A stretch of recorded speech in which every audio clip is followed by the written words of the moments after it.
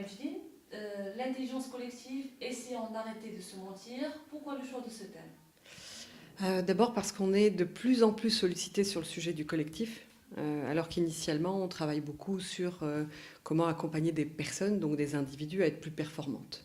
Et depuis, on va dire environ un an et demi, je pense que le contexte du marché marocain fait que les entreprises sont de plus en plus en transformation. Et la transformation exige aussi de s'intéresser de plus près au collaboratif pour générer une performance encore plus grande que celle des individus. Voilà pourquoi le thème. Et puis pour aller démystifier un certain nombre de choses que Arnaud a citées pendant son entretien, qui sont de l'ordre de collaborer, c'est naturel. Non, c'est pas naturel. Donc ça se travaille, ça se construit, pour aller aussi apporter un peu d'apaisement à des équipes en tension qui se disent mais c'est pas normal qu'on n'arrive pas à bien fonctionner, on devrait être super performants ensemble. Voilà. Et donc Déo agit beaucoup sur les sujets de collaboration au travail, de nouveaux modes de travail et de réflexion sur comment on peut être encore plus performant ensemble dans une organisation. Justement, quelle est votre lecture par rapport à la mise en place de la notion d'intelligence collective au niveau des entreprises marocaines et quels sont les freins qu'on rencontre généralement?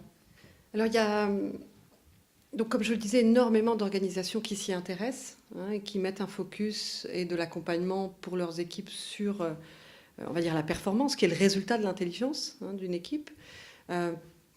Mais il y a quelque chose, à mon avis, qui est culturel, c'est-à-dire qu'on a tendance à confondre le fait de bien s'entendre avec le fait de bien travailler ensemble. Et souvent, on va chercher une entente et un accord au lieu d'aller se challenger, bien sûr de s'écouter, de se comprendre, mais de se challenger pour créer quelque chose de différent, qui n'est pas juste une espèce d'empilement d'un point de vue collectif identique, où là, on n'est pas dans une surperformance, on est juste dans la réalisation d'une activité. Et ce qu'on recherche, c'est vraiment ce qui va permettre un peu d'aller au-delà, cette étincelle qui va permettre d'aller au-delà. Je pense qu'au Maroc, on n'est pas plus en avance ou en retard qu'ailleurs. C'est un sujet. L'entreprise change, les organisations évoluent, les modes de travail évoluent.